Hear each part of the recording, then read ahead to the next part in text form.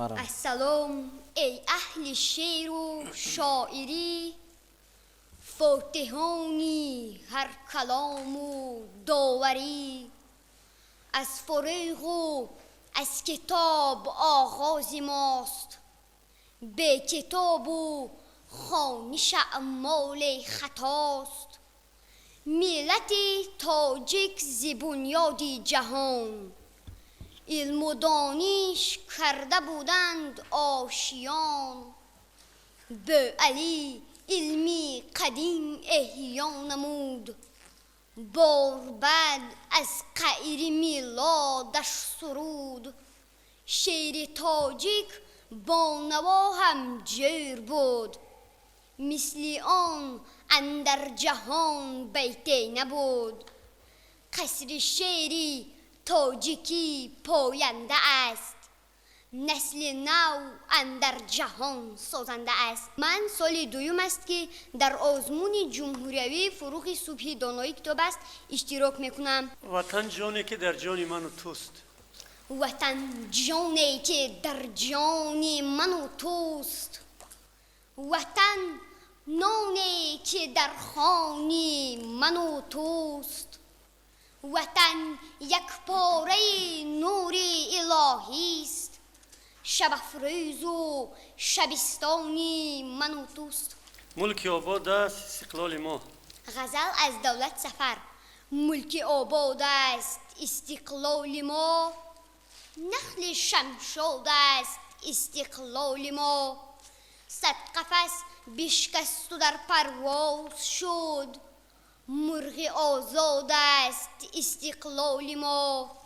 صد قفس بشکست و در پرواز شد، مرغ آزاد است استقلال ما. باید از دل سجده شکرانه کرد، کعبه یاد است استقلال ما. در بلاد سرنوشتی، در بلاد سرنوشتی تاجدار، قصر بنیاد است استقلال ما. در امان باشیم از چشم حسود، بس خدا داد است استقلال ما. دوستان با همدیگر همدم شوید.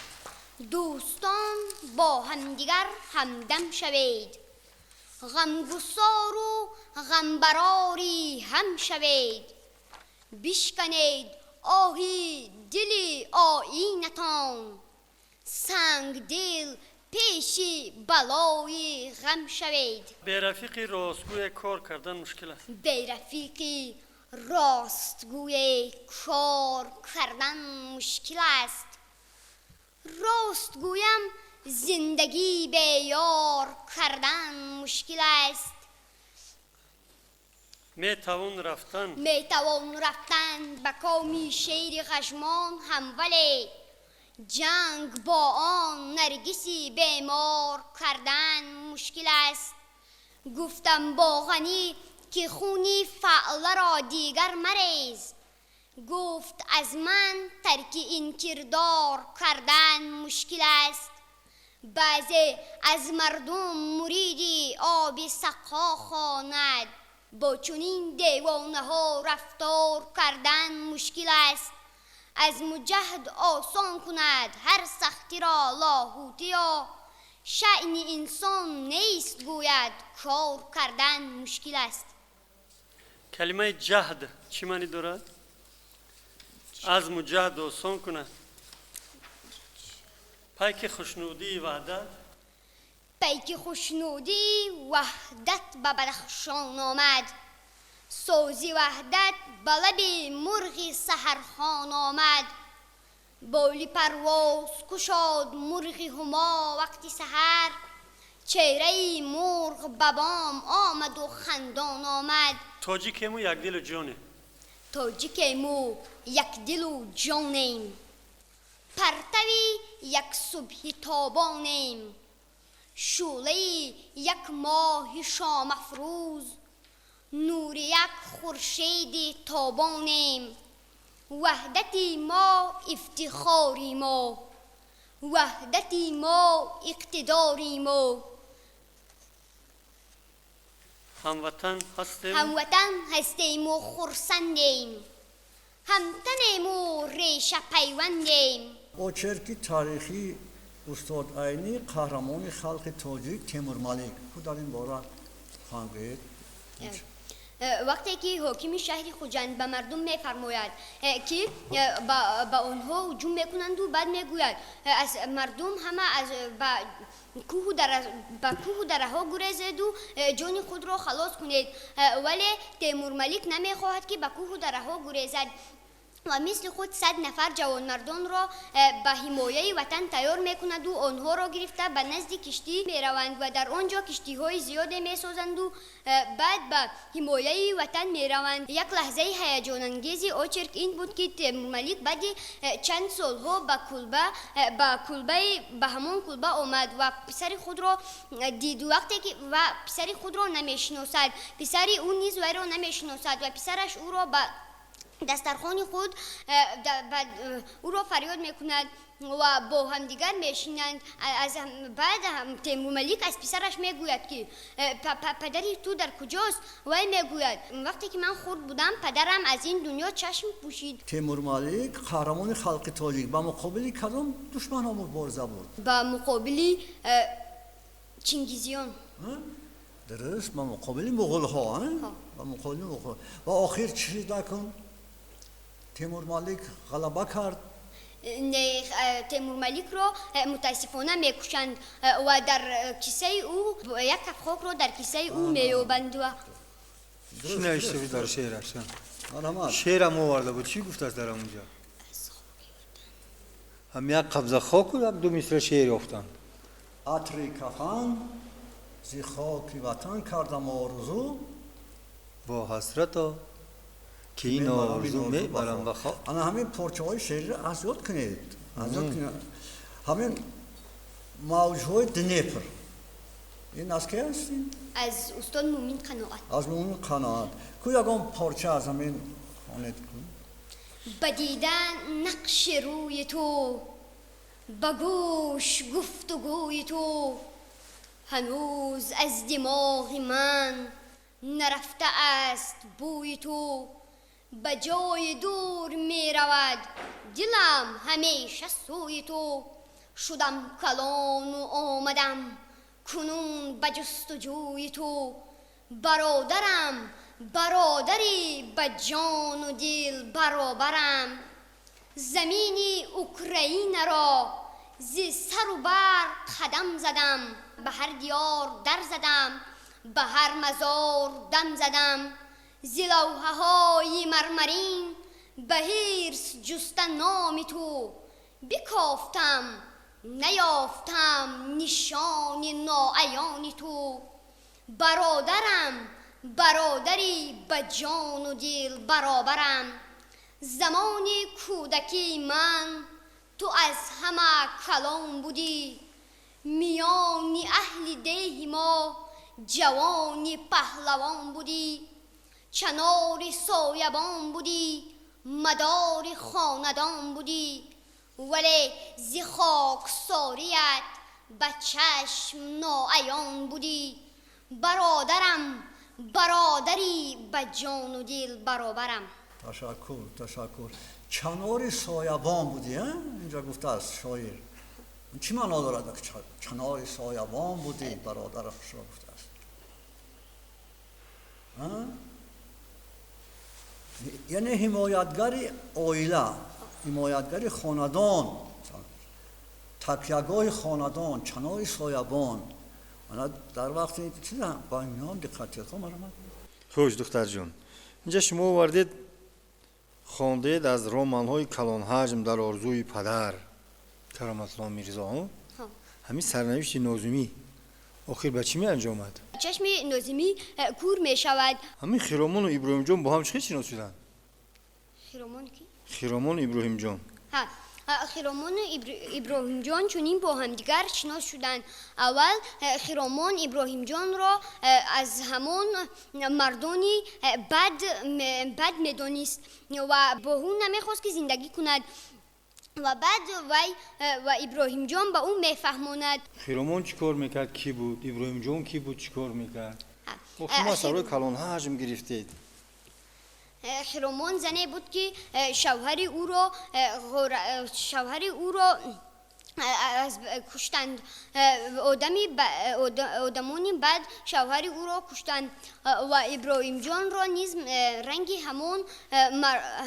همان مردان میشناخت و با وی زندگی کردن نمیخواست و آنها و ابراهیم جان میگوید من آدمی بد نیستم، با تو زندگی کردن میخواهم و آنها با همدیگر زندگی میکنند. دوستانو دختر جان اینجا از استاد میرشکر لنین در پامیر خوندید کنی؟ ما از پامیر آمدیم، مسکو روان شدیم، خوابیدیم اندر واگن، بیدار شدیم در کاغن. کندکتور موی سفید گفتا با ما خب شوید، نبرایید از واگن، مسکوون این کاغن. دختر این جان از لین در پامیر است. از غفور میرزا داستانی داستک بود یا نبود، بودگار بود، پولیس نبود، شدگار بود. در آن زمان در آن مکان، شاهی خلایق مار بود، ماری کلانی زور بود، بد هیبت و خونخور بود. در آن زمان در آن مکان، فرمانبرش زنبور بود. زنبور پیش این مار رفت، درو بیرو زردی مخو، از بحر من چاشنی بیار. رونیش زندرنده رو، پرنده رو، چرنده رو، که از همه شیرین تر است. فردا خبر بین مامه رو. من گناهگارم از که هستی؟ من گناهگارم از استاد جلال اکرامی. را پرا خوندید. خب وظیفه انور چه بود؟ انور سلیموف در مؤسسه تعلیمی دهه لاله‌زار دیرکتور بود. او رو که نغز نمیدید امون انور رو؟ او را مختار مخصوم و نغز نمیدید. همون برای تفتیش مکتب که هم میوایند؟ زینب. با که دومش؟ زینب و یک نفر دیگر. زینب کبیرова. و انور در انجامش چه واقعه روی میداد؟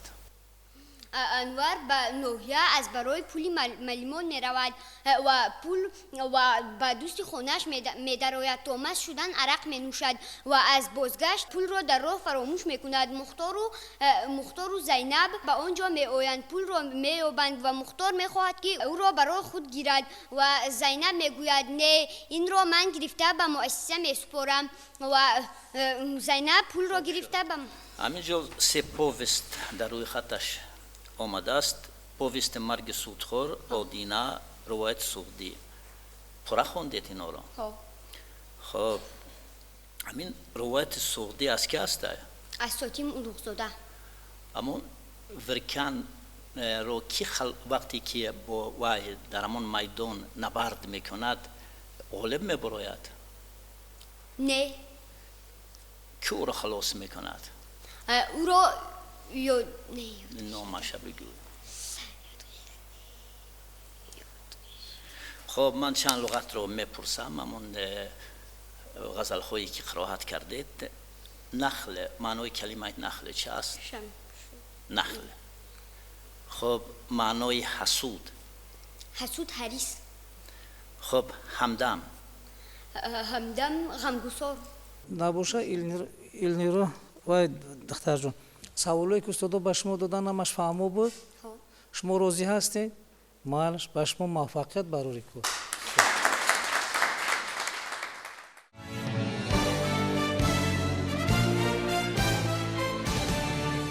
آثار نظمی از برنموده من عبارت است از 110 تا غزل، 130 رباعیات بیتی، 150 بیت داستان، 170 بیت دیگر نوع‌های شعری که در جمع 2260 مصرع را در بر میگیرد. آثار نثری مطالعه نموده من عبارت از 20 رمان، 30 پوست، 105 حکایه، 25 آچرک، 6 دراما، 9 پیسه که در جمع 200 اثر را تشکیل می دهد. چو بهار می بیایم، همه گل، همه ترانه، به تو چهره می کسایم، همه گل، همه ترانه. نفر اگر بپرسد که به چند می درایی، به 1000 می درایم، همه گل، همه ترانه. بفرست ای یگانه، بفرست بی بهانه، ز حریم کبریایم، همه گل همه ترانه. به من آمده است نامه زهری می سبز خامه، چو لفافه می کشایم همه گل همه ترانه. منی رفته بعد رحلت به شرافت محبت، به حیات می گرایم همه گل همه ترانه. زی چشمی که هرگز نم نگیرد. خیراندیش زیهی چشمی که هرگز نم نگیرد، زیهی مردی که در دل غم نگیرد. همه دل ها شود از کینه خالی، که از آدم قصاص آدم نگیرد. به هر یک خانه و در توی باشد، الها هیچ کس ماتم نگیرد. شکست آینه اسکندری را هر آن ملت که جام جم نگیرد. قلم زینهار خیراندیش مگذار، قلم باید یکان دم دم نگیرد. کلمه کینه چی معنی دارد؟ نفرت. خواهم که در حمایت گل خاری تر شوم. نقره سنتیان خواهم که در حمایت گل خاره تر شوم. از گل خبر گرفته ز خود بیخبر شوم. عمرم به جا رسالتی بودن که خود چنین بود است و به خاطر آن ره سپر شوم. در دل به سینه نگیرم چو بار خود، روی جهان به گونه بیبار و بر شوم. تنها از آن پیکری من نیست جان من، قربان دردمندی جان دیگر شوم. دیگر دلم به حال خودش گریه میکند. دیگر دلم به حال خودش گریه میکند، به درد بی‌دوای خودش گریه میکند. این مو سفید پیر که تنها ترین کس است، به حال گریه‌زار خودش گریه میکند. کلمه سوگ. سوخت. سوگ چی معنی سوگ. دارد؟ از سوگ هیچ که سخن پیش او مگو، بیچاره در عزای خودش گیر. عزا چی؟ عزا غم. بازا که شاعرانه ستایش کنم تو را. بازا که شاعرانه سرایش کنم تو را. بازا که عاشقانه ستایش کنم تو را. گلبانگ گل زنم چه هزاران دلفگار، ای سنبل خجسته نیایش کنم تو را. آن گونه در نوار خیالم نشسته، با صد ادا و جلوه نمایش کنم تو را. نقد گرو نهاده گراید همه به مال، من جان گرو نهاده گرایش کنم تو را. زیبا دلان به دلبر زیبا نمیرسند. زیبا دلان به دلبر زیبا نمیرسند، دریا دلان تشنه به دریا نمیرسند. اشکم ز سینه خون دلم را کشد برون، خونین دلان به پای دل ما نمیرسند. صحرا فتادگان سر جای رسند و لیک، دریا فتادگان بر صحرا نمیرسند. دیدم که خار گل دل بلبل شکافته است، زنها به قدر عاشق شیدان نمیرسند. در عصر انقلاب محبت چی دیده ایم؟ دوشیزگان به عفت ماما نمیرسند. چراغ قافله خاموش می شود به تو. چراغ قافله خاموش می شود به تو، تمام شهر سیاه پوش می شود به تو. ترانه های مرا باد می برد با خود، سرود عشق فراموش می شود به تو. مرا ز خنده نوشین خود جدا منما، چگونه نیش جهان نوش می شود به تو. دلی که گرمی آغوش سرپناهش بود، با خاکی سیاه هم آغوش می شود به تو. با حکم یک نظرم جای ده به چشمانت که آزرخ سیاوش می شود به تو. راه هموار نیست میدانم. راهی هموار نیست میدانم، نان تیار نیست میدانم. بخت در بزم زندگانی من جام سرشار نیست میدانم. ما خود هستیم خون طلب خون خار، تیغ خوندار نیست میدانم. حد دیوار خانه گردان خشت دیوار نیست میدانم. بغل زندگی چو گرداب است، بغل یار نیست میدانم. وطن با تو حرف نهان می نویسم. وطن با تو حرف نهان می نویسم. خط عشق تو جان به جان می نویسم. خط اول و خط آخرین تو را من چسان می نویسم. چو سیحون وخش و زرفشان و پنج، از این پس روانی روان می نویسم. مدنوم عزیز تو ای فرد فردا، من این نامه باستان می نویسم. خط اولین و خط آخرین تو را من چسان می نویسم. در خون من غرور نیاگان نهفته است. در خون من غرور نیاگان نهفته است. خشم و ستیز رستم دستان نهفته است. در تنگنای سینه حسرت کشیدم، گوهره بصیرت مردان نهفته است. خاک مرا جزیره خشک گمان مبر دریای بیکران و خراسان افتاد پنداشتی که ریشه پیوندی من گسست در سینه‌ام هزار خراسان افتاد خالی دلی مرا خال دل مرا تو ز تاب و توان مدان شعر جیان در میان نیستان افتاد خالی دلی من خالی خالی دل مرا تو ز تاب و توان خالی دل مرا تو ز تاب و توان مدان کلمه باستان چی معنا دارد؟ سالهای پیش سالهای پیش قدیم یعنی قدیم. سالهای پیشتر قدیم تنگنا چی؟ تنگنا جایی که تنگ است آها. فشار همین از عبدالحمید صمد پرانچک ها همین قصه رو خونده شما؟ بله خب مرحمت در این باره صحبت کنید کن قهرمان‌های اساسی مرحمت قهرمان‌های اساسی نعیم نسیم قیس پکنه رحیم بک لطافت نزاکت باز گلسارا همین گلسارا چه خیلی ابرز است کد وی علاخان بود در سیم از همه باسوادتر بود چکار میکرد در اودیتور در سیم چکار میکرد فقط کتاب میخوند کتاب میخوند. باز چکار میکرد اونجا یک جزئی بسیار عجایب است در دفترش همه وقت چی میکشید رسم میکشید رسمی چی را رسمی رسمی کبوتر کبوتر را را. میکشید یعنی کبوتر معناش چی معنی صلح صلح هست اکنون دیگر دخترها چی مثلا نزاکت با رحیم بک میگشت و لطافت باشه دختری بای بوده خودش را همیشه در بین دخترها تعریف میکرد درست خوب نظر به دیگر دخترها باشد گلسارا با یگان کس گپ نمیزد و همیشه کتاب میخوند همین عاقبت چی همین دخترهایی که مثلا خیلی فقط تعریف میکردن لباس رو تعریف میکردن لطافت با رحیم بک و قیس و با قیس به صدمه دچار میشوند که در آن صدمه رحیم بک میمیرد آها دیدید گپ رو یعنی مقصد شاعر چرا نویسنده چرا فهمانده است چی میخواد گوید اکنون میخواهد گوید که خود را تعریف کردن بهتر آن است که با کتابخوانی مشغول شوید یعنی انتظام خلق و اطواری نیک یعنی همین خلاص نه اینها دانشجو هستن یا که طلبه دانشجو سال اول نه سال اول باز کدام قصه ها را خوندید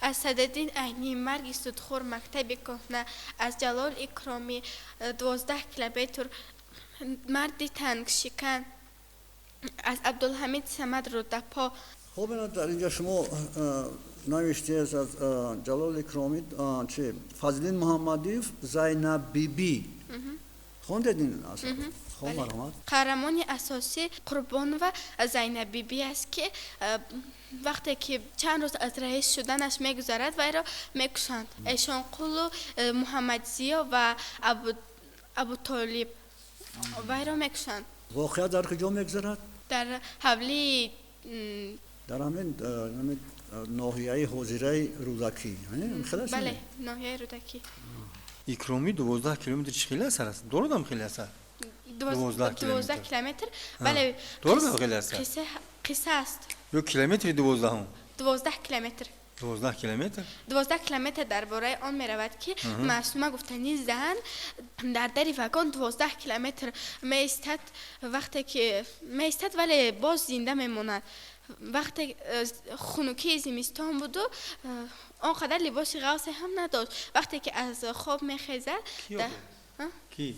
معصومه نامش نمیگی بعد گفتی معصومه میخواست که به دخترش نامه روان کند وقتی که به دخترش نامه رو به روان میکند خودش به در وگان دیر میموند و در در وگان چسبیده میایستد و 12 کیلومتر که تا ایستگاه دیگری 12 کیلومتر در وگان میایستد در وگان رو سخت قپیده وقتی که میخزد در بمخونند برای آنکه در رو تیرزه ها رو میزند و اما هیچ کس در رو باز نمیکند که معصومه به درون درآید در وگان پوشیده؟ پوشیده است نه؟ بله خوش همین استاد شما رو از پرانچک ها پرسیدند قصه پرانچک ها همین رفتی حادثه و واقعه ها از کجا سر می شود؟ بازی گفتید که دانشجویان است. دانشجویان کدام دانشگاهان؟ دانشجویان دانشگاه ملی هستند. وقتی که سال یکم است که نعیم به دانشگاه می درآید، با عمکش در دانشگاه برای سپردن اتستاد می روند. وقتی که در آنجا اتستاد بعد از اینکه همین دانشجویان رفیقی که چند کس نامبر کردی آیا به خانه های یکدیگر می روند اینا در وقت استراحت کانیکول؟ در وقت استراحت نسیم با نعیم با اگر بسیار بسیار قصه عجایب است. با چی می روند؟ سرنوشت دانشجویان است. نسیم با نعیم به قشلاق می روند. سلامت باشی دختر جان. نصر استاد عینی مرگ سودخور. مرگ سودخور همین سبب نام گرفتنی قاری اسمت به مرگ سودخور در چی است؟ برای آن است که وقتی که قاری اسمت پولهایش را در بانک میماند، در بانک پادشاهی میماند، وقتی که بانک را غارت میکنند. باید تو بانک بودن از سینگاپور. این بانک وقتی که وای خودش قاری اسمت را برای آن قاری اشکمبه مینامند که وای پورتریت همون را گفتم میتونی؟ همین استاد عینی پورتریت ولی تصویر کرده است در اونجا. بالای سرش با شکمی کلان داشت کردنش. مونان کرده گفته از بچی است. چه خیلی است. ولی پورتریت رسمش کشیدگی است. همون رسم قاری اسمت از روی گفته استاد عینی کشیده شده است در تن کتابتون. شکمی کلان داشت و گردنش به شکمش میرسید. از قوسی شکم و پوستش نمیفهمیدی که گردنش در کجا است و شکمش در کجا. ریش‌های دراز داشت و موهایش بالای سرش کل بود. یک غزلی پورا خوانید که یک غزلی که مثلا شما علاقه ناز میدونید زمینه از اول تا آخر. غزلی که خدا دوست میداری. صدرالدین عینی دل از کف رفت دلدارم کجایید، مرا غم کشت غمخوارم کجایید، ندیدم هیچ جاروی وفا را، خدا را ای وفادارم کجایید، به زوری فراق اسهاش رفتم، ز وصل یار هوشیارم کجایید، دلم افیونی ظلم و جفا شد، ستمکارم دل آزارم کجایید، پریشان می رود گفتار عینی، مگر جان می دهد یارم کجایید. یعنی استاد عینی غزل سلام بوده است. بله دکتر. اینا همینم پورا نخوندید. در غزل عادتا همین نام مؤلف، تخلص مؤلف پریشان می رود گفتار عینی. عینی با کدام تخلص و شعر گفته است نه؟ یعنی غزل حسن مقطع و مطلع دارد نه؟ و در آخر نشان میدهد که مالکی است. بله. خوش دختر. استاد بوجه. خب یک ربایی گوید مرحمت. ربایی؟ این خانه زی خشت کهنه انداختم، در وی جشن زیرفتگان ساختم، تا اهل زمان ما بدانند که من یک عمر جوانی به چی ره باختم. از کی است؟ از صدرالدین عینی. خب یک دو بیتی گوید کن. یکی از دست پولداران بمیرد، یکی در زیر پولباران بمیرد، ولی من عاشقم بر آن عزیزه که زیر بار گلباران بمیرد. این از کی است؟ لایق شیرالی. از لایق شیرالی ها. این دو بیتی از ربایی فرق دارد. بله. فرقش در چی است میدونید؟ ربایی از دو بیتی در این فرقیت دارد که دو بیتی را هیجای اولش گشاده است و ربایی باشد هیجای اولش بسته. تشکر. مکتب را پورا خوندید؟ بله. خب در همون مکتب دو نمود جزادهی بود. همون دومش چه نام داشت؟ پایهایشون رو به فلک نامش بود. وقتی که همون وای پدر صدرالدین عینی او را به مکتب میبرد، او وقتی که همون بشار رو میبیند گریه میکند. بله. بعد با او چه وعده میدهد؟ میگوید که اگر که استادت تو را زند، من خودم گوشی استادت را میبرم. نه چه به او وعده میده؟ میگه چه به میگوید که به وی خرک میخرد. نه خرک نه. خب همون وای مکتب دور داملو چه وعده میده؟ میگوید که اگر تو به مانند اینها نشوی، من تو را هیچگاه نمیزنم. گفته وعده میدهد که سوستر خوند. در مکتب بدون با غیر همون مکتب دور با که همون مکتب رو روبری میکرد خلیفه همون خلیفه رو هم همون مکتب دور میزد گاه میزد اگر که با بچه ها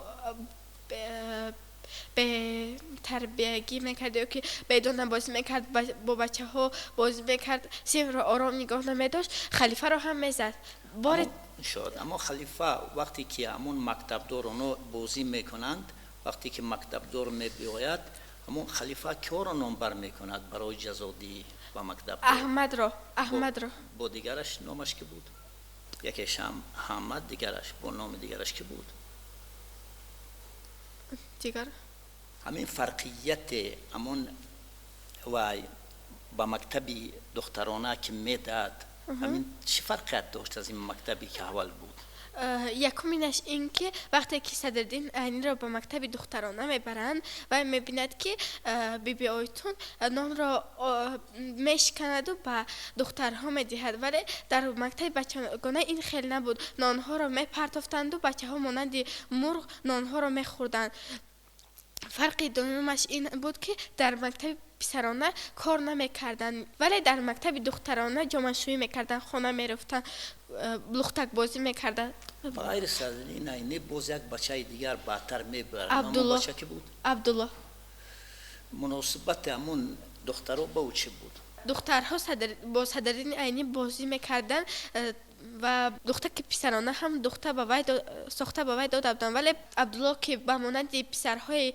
مکتب پسرانه با جهل بود و دخترها را غم میداد با وی صحبت نمیکردند و با وی لختک هم ساخته نداده بودن اما همون طالب علما در همون یک مکتب میخوندند و در دو مکتب پسرانه و مکتب دخترانه بود از چند ساله تا چند ساله میخوند از 4 ساله تا 14 ساله شما یک چندین دوستانسا رو در اینجا آوردید از دوستانشون از دوستانی پسری وطن اگه پرچه از بر کردی بچه اگر شود یک دو پیرزنجور ابرازشون نمبر کن بعد به دوستان گذار پدر میزد نشستن نزد فرزند ورق زرین کتاب حکمت و پند از پسری وطن کنی؟ حکایت وای نظم از حکایت نیست بچه دوستانی کی هستی دوستانی پسری وطن میرزا ترسونزاده خب از زمین استوی مطمئن سفید گلرخسار رو آوردی دختر جان بله کنی؟ گشنه به سوی نان دود تشنه به سوی آبشار و مرهم بجوید درد من غمدار کابد غم گسار از جنگ سرد و دم سرد بگریختم تا ده بلند تا آب و گل تا مهر و دل تا راستی قبل و پند بگریختم از خیس و غیر تا هم پره و غمبره تا دل نواز و دل فگار تا برسنا و گل پره تا که نماز اعتقاد بر خانه های بابقا در مکتب لایده خوانم زلیف بای سنا تا خیش را آوا کنم از پشته ها و کشته ها تا خیش را پیدا کنم از مزرعه های آشنا دختر جان خوب از اسکر حکیم سفره مادر من به طوق خانه دیدم سفره مادر شبه مادرم آمد به یاد و طفلی و راز ازا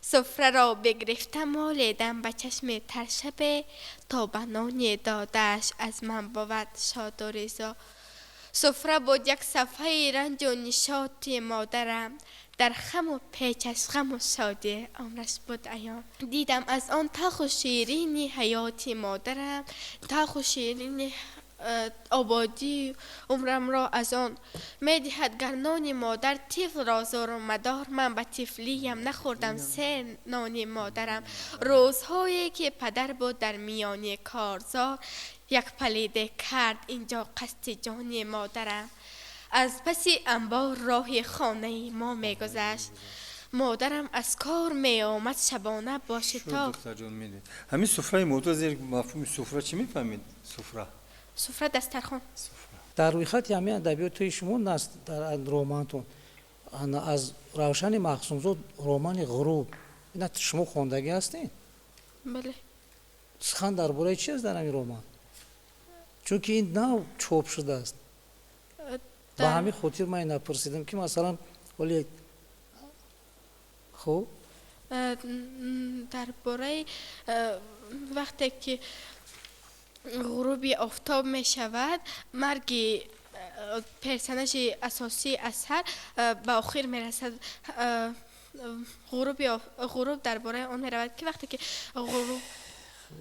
هم غروب آفتاب را معنا دارد و هم سوالایی که استادا به شما دادن فهمو بودن؟ بله. شما راضی هستید؟ بله. به شما موفقیت.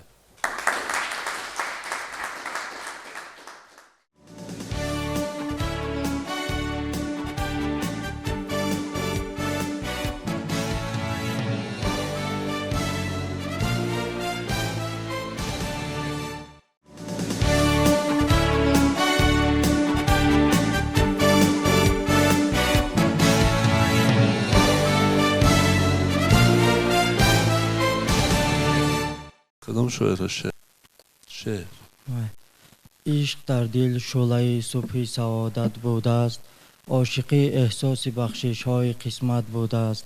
در جوانی عشق بود و دولت دنیا نبود، آن همه به دولتی ها خوب دولت بوده است.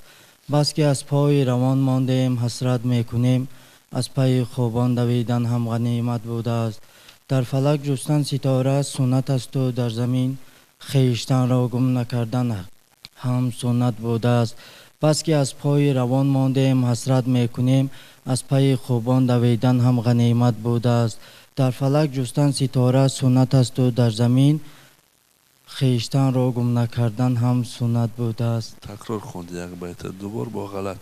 دیگر باز کدام شعر میدونی؟ ایا صیاد شرم کن مرنجانیم جانم را، پر و بالم بکند اما مسوزان آشیانم را. در این کنج قفس دور از گلستان سوخته مردم، خبر کن ای صبا از حال زارم باغبانم را. منی بیچاره آن روز به قتل خود یقین کردم، بدیدم تا زبرگرگ الفت باشد شبانم را. و جان منت پذیرم تا ابد آن را، که با من مهربان سازد بوتی نامهربانم را. ایا صیاد رحم کن، ایا صیاد شرم کن مرنجانیم جانم را. مثل دیگرش پر و بالم بکند اما مسوزان آشیانم را. بعدش در این کنج قفس دور از گلستان سوخته مردم. سوخته مردم نه سوختم مرد. از کی بودم این شعر؟ از لاهوتی. بله از استاد لاهوتی.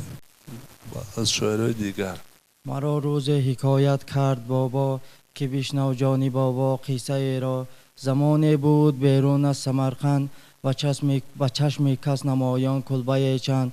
در آن منزل که دور از دیگران بود، مخوها را جدایی یک مکان بود.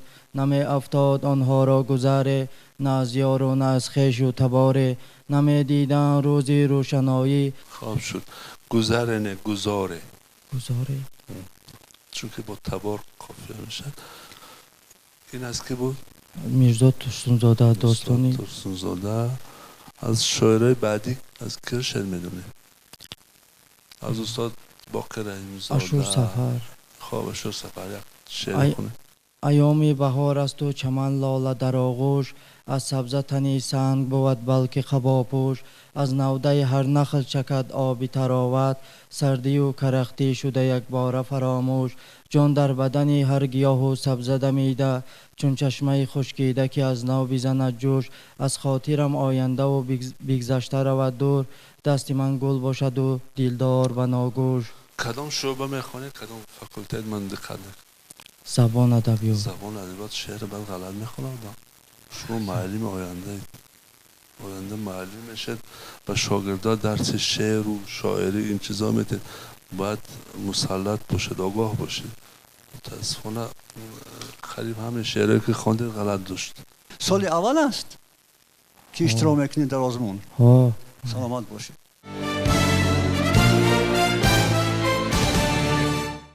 وطن، هر گیاهت، هر درختت واژه های شعر من باشد.